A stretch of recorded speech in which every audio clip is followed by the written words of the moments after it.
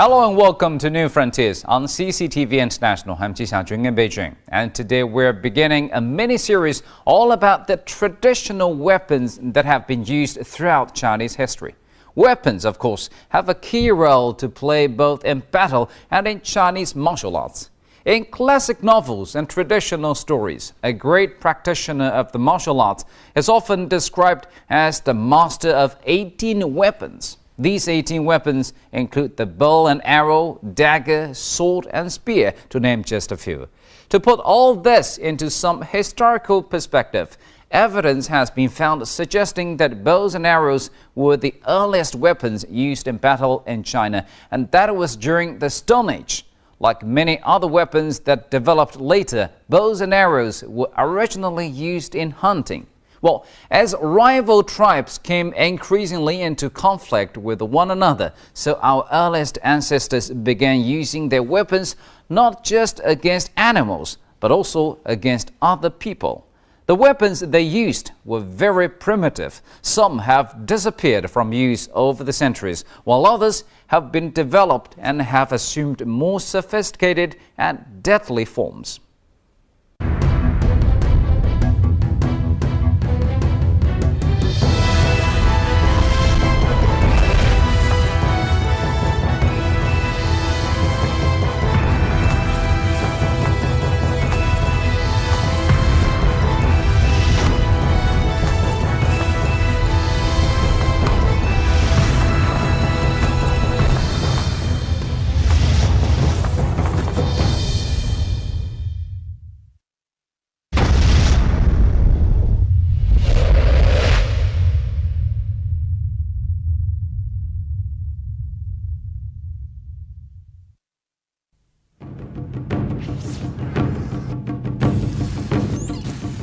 According to Chinese martial arts, the longer the weapon, the stronger it is, but the shorter the weapon, the more deadly it is.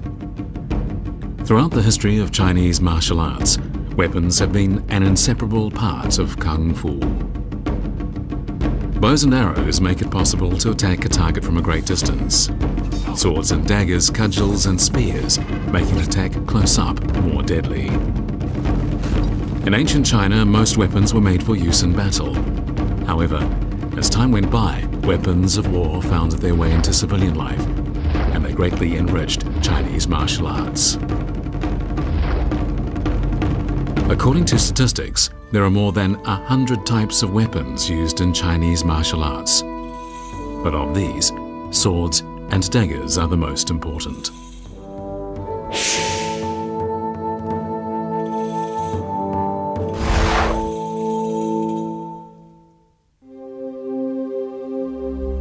Obviously, weapons were already in existence long before Chinese martial arts skills were developed. What were the earliest weapons used in China?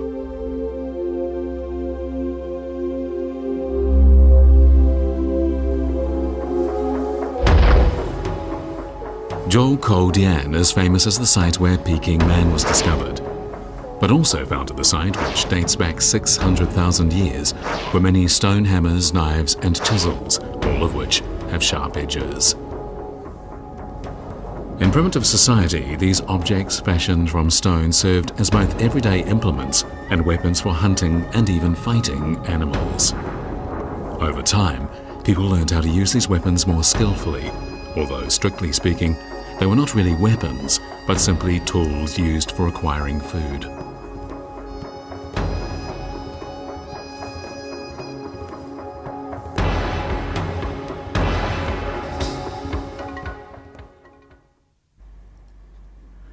Real weapons as such did not appear until the Bronze Age. During this era, bronze weapons made in China were said to have been fashioned under the supervision of Chu, a mythical king.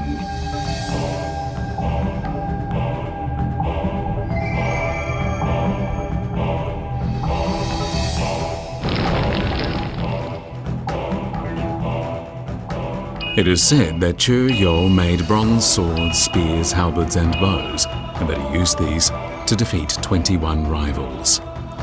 In order to take control of the entire central plain, Chu declared war on Huang Di, or the Yellow Emperor. Both sides met in battle at Zhuolu. There it is said Huang Di, the Yellow Emperor, defeated Chu Yo using magic weapons and then had him executed.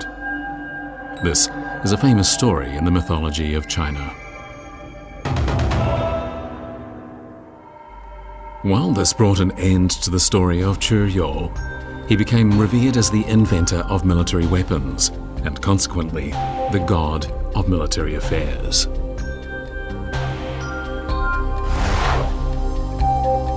Although Chu Yo is credited with the invention of many weapons, it is believed that Huang Di, or the Yellow Emperor, was responsible for the invention of the sword. The famous Chinese book The Art of War by Sun Bin, a work on warfare found in a Han Dynasty tomb in the Yinchuo Mountains in Linyi, Shandong province, attributes the invention of swords to Huang Di.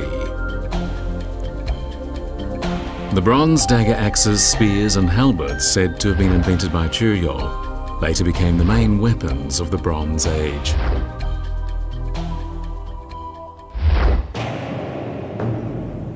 In his Ode to the Fallen, Chu Yuan, a poet of the state of Chu during the Warring States period some 2,500 years ago, gave this account of a fierce battle in the period before the rise of the Qin dynasty. The two belligerent parties first shot arrows at each other's positions, and then they charged at each other in chariots. The soldiers in the chariots, armed with spears, dagger axes and halberds, engaged in a bloody battle.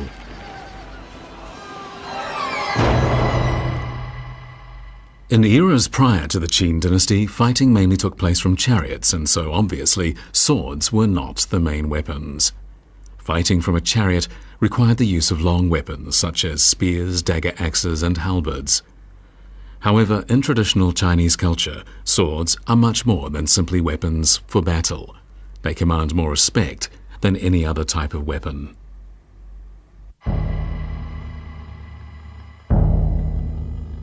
One may ask, why is this so?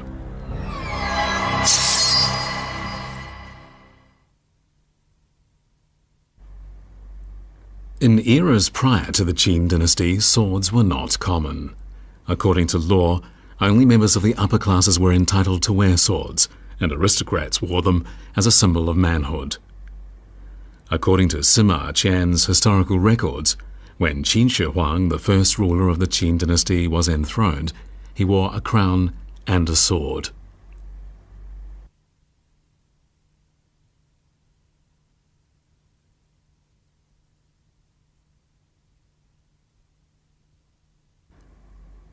It would be unimaginable today for two states to go to war over the ownership of a sword.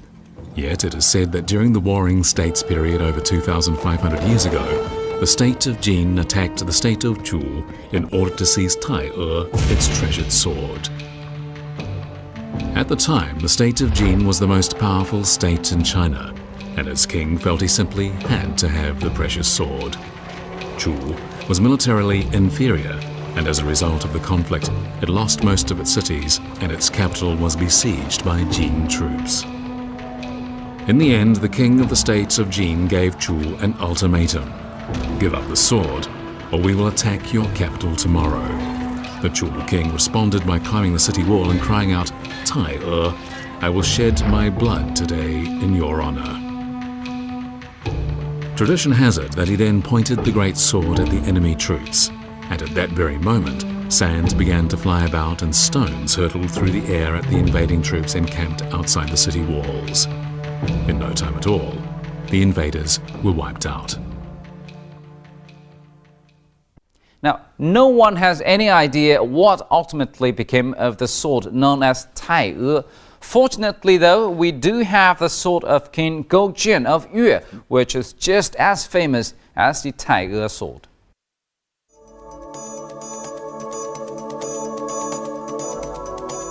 While an archaeological survey was being carried out in an ancient tomb of the state of Chu in 1965, many swords were found, the most interesting of which was made of bronze. This bronze sword is known as the sword of King Goujian of the state of Yue. The sword was found sheathed in a scabbard which had an almost airtight fit with the body of the sword, and when it was unsheathed, its blade was found to be utterly untarnished. A simple test conducted by the archaeologists showed that the blade could be used to cut through a stack of 20 sheets of paper with ease.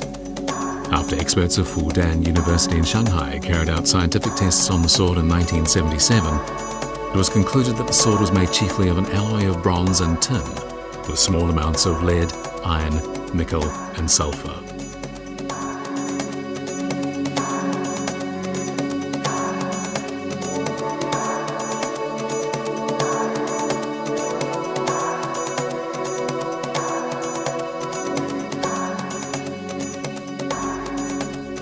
But how was this treasured weapon forged?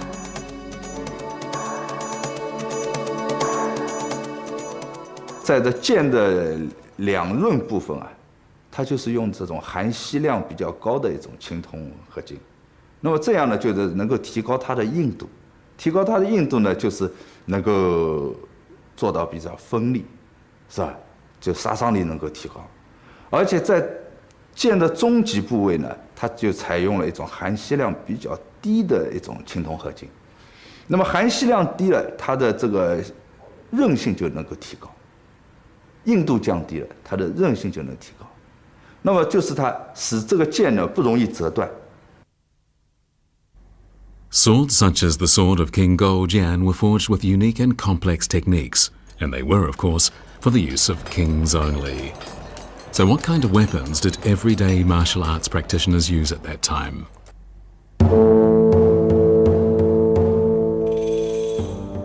The Rites of Zhou, a book about the rites practiced during the Warring States period, tells us that ordinary people were allowed to possess short daggers, axes and wooden sticks as weapons. They were not, however, permitted to own weapons of war such as halberds, spears and dagger axes, and nor were they permitted to wear swords, as these were considered symbols of power.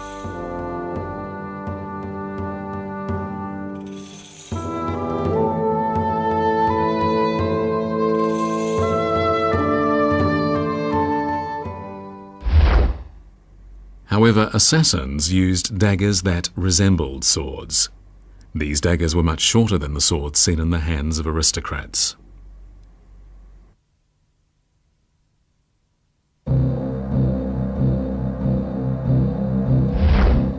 Perhaps the most famous conflict between the wielder of a dagger and that of a sword in Chinese history took place when Jing Ke attempted to assassinate the king of the state of Qin.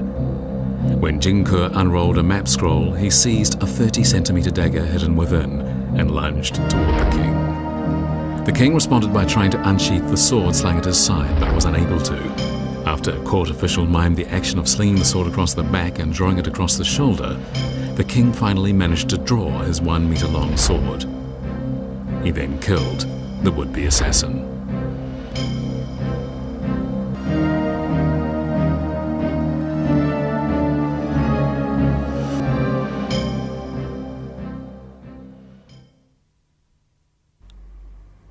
In this story of a clash between dagger and sword, the dagger of an ordinary man is defeated by the sword of a king.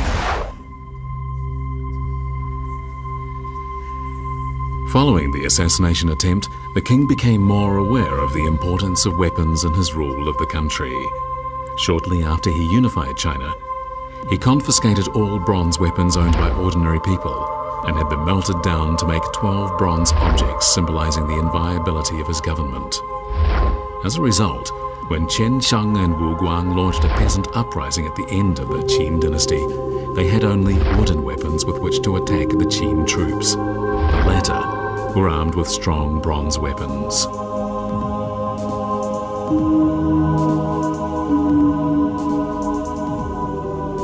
Among the figures in Qin Shi Huang's terracotta army are the common weapons used by soldiers, such as bows, arrows, long-shafted dagger axes, spears and halberds. But there are also bronze swords, which were used for close fighting.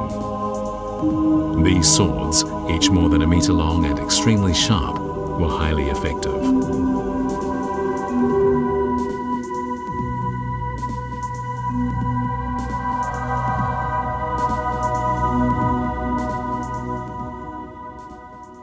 The 剑嘛也是从短往长发展，这跟青铜野猪的技术联系在一起。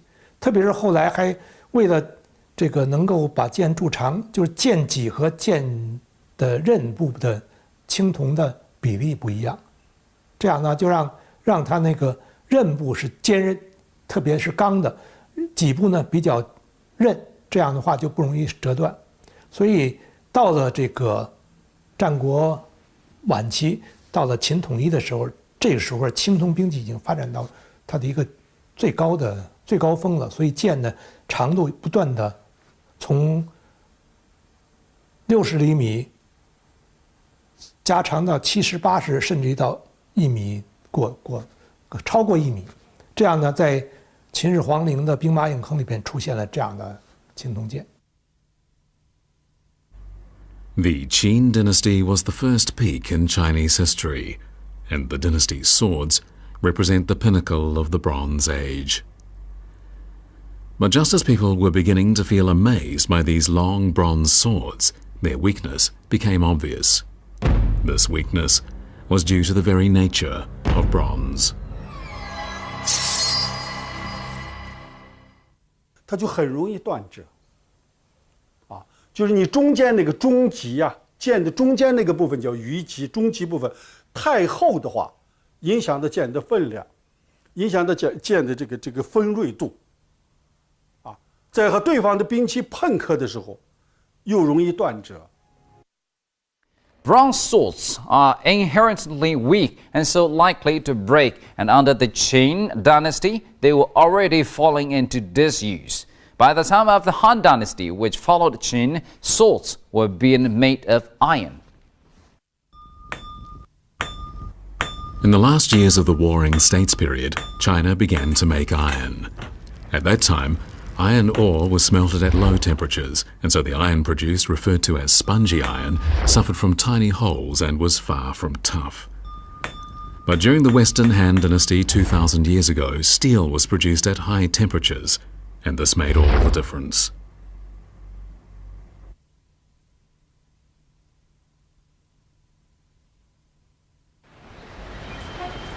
At the Nanyue Royal Tomb Museum in Guangzhou, one can see 10 famed swords of the Han Dynasty, symbols of the great achievements of that era. Each of the swords is more than a meter long and very sharp. They're made of steel. "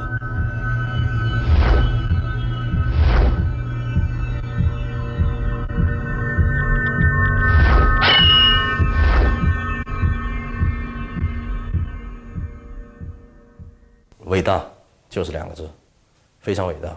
可以说我第一次看到这10把剑，尤其是说寓意一侧的几把长剑，的确我感觉心惊动摇。用我个人的说，这是我见过最伟大的中国剑，对不对？为什么呢？这是它的气势，它的长度，最长的一把达到1.46米，这1.46米的双手剑，对不对？在我记得当时说汉高祖这个杀白马以击天下的时候，当时有一种说法叫斩马剑。我在看这个唐诗的时候也说有一句话叫做“愿得斩马剑，先断佞臣头”。当时我说什么叫斩马剑？只听说过斩马刀，对不对？可是一直会认为这是一种只是美好的说法嘛。但当我看到这些剑，我觉得确实你用这个剑来斩马没有问题的。Because of steel, swords were able to acquire a character they had never had before, and they were sharper and more durable than bronze swords. All this was made possible by the steel production techniques of the Han Dynasty.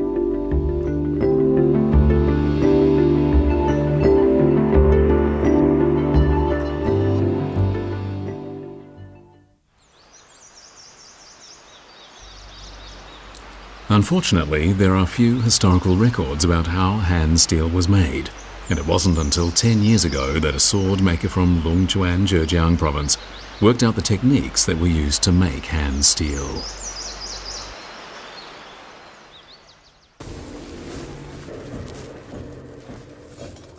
你发红旗，我不写字。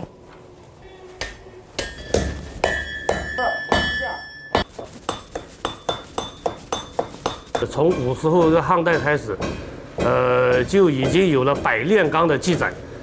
什么叫百炼钢呢？就是我们平时通常所说的百炼成钢。这个成语呢，就是百炼钢的另外的一个说辞。它的意思呢，就是说钢炼出来之后，它还不能直接当成材料来用，不能直接做成剑，它一定要经过这种反复的折叠锻打，把这个金属里面这个钢铁里面的杂质，还有它里面一些气孔啊什么东西啊，给它打密实，然后呢这个材料呢才能达到一个刚柔相济的一个特点。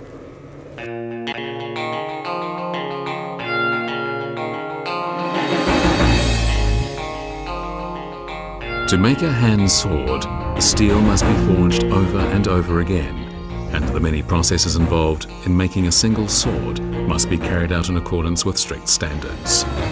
There were in fact as many as 16 steps involved in producing a single top-quality, flexible hand sword.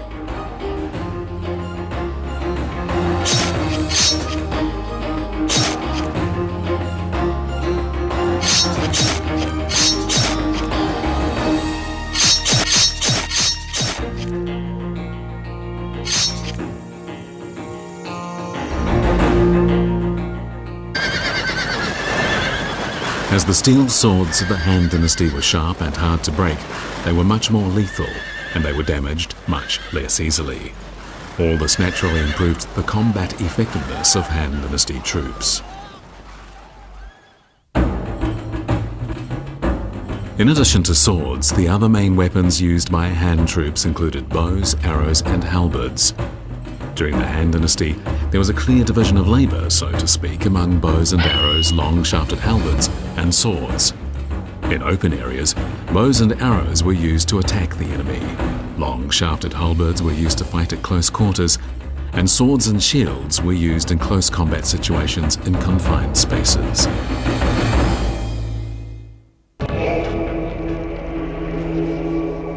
It was during the Han Dynasty that swords gradually lost their purely military function, as it was at this time that the imperial sword appeared. The imperial sword was a symbol of supreme authority that invested the bearer with unlimited power.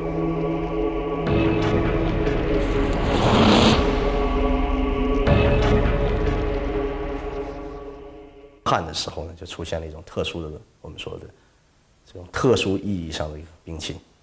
甚至就是超出兵器本身的一种极端权力欲的一种兵器，那就是尚方宝剑。这个尚方呢有两种写法，一种是高尚的尚，还有一种是上下的上。实际呢，它是出现于汉的一个机构，它出现一个叫做少府。少府呢有这个上方令，上方令的负责上方令的呢叫做上方丞相的丞。那他们做什么呢？他们主要是呢最早是做一些皇帝的，也就是说皇帝御用的一些器把玩器。 一些御用的器，当然包括一些礼器和一些把玩器。而这个尚方宝剑呢，从此以后呢，就是做皇帝呢，就作为什么呢？本身来说，皇帝他请这个尚方做了这个剑以后呢，他可以赐给大臣，就是说当他本身不在场的时候，大臣可以拿这个剑呢作为内外杀伐，这个出外定夺，所谓将在外，对不对？将在外就是自己来说执行这个是皇帝，他就是一种皇权的象征，他可以持有这个剑者呢，可以代表皇权的意见，就是。 对于相当职位的官员呢进行杀伐。It was precisely because of this discretionary power that the etiquette system of the Han Dynasty required officials at all levels to wear swords. This then had an impact on ordinary people, with many scholars developing a fondness for swords.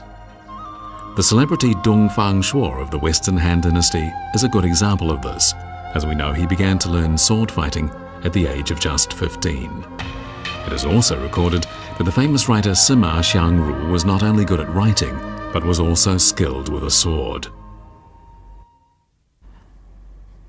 As the Han Dynasty progressed, it grew more and more obsessed with swords, but then the Xiongnu people of the north began to attack the borders of the empire's territory. Xiongnu cavalry posed a significant threat to the Han Dynasty, and Han people began to doubt the efficacy of the use of swords in battle. Faced with attack from the more flexible Xiongnu cavalry, the Han Dynasty found itself in a passive role when restricting itself to traditional chariot fighting strategies.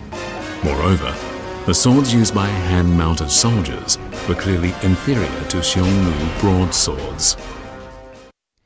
The Han armies quickly discovered that the most effective weapon against the Xiongnu or Han cavalry was the broadsword. Both the Han cavalry and its infantry started using the single-edged broadsword instead of the smaller double-edged sword.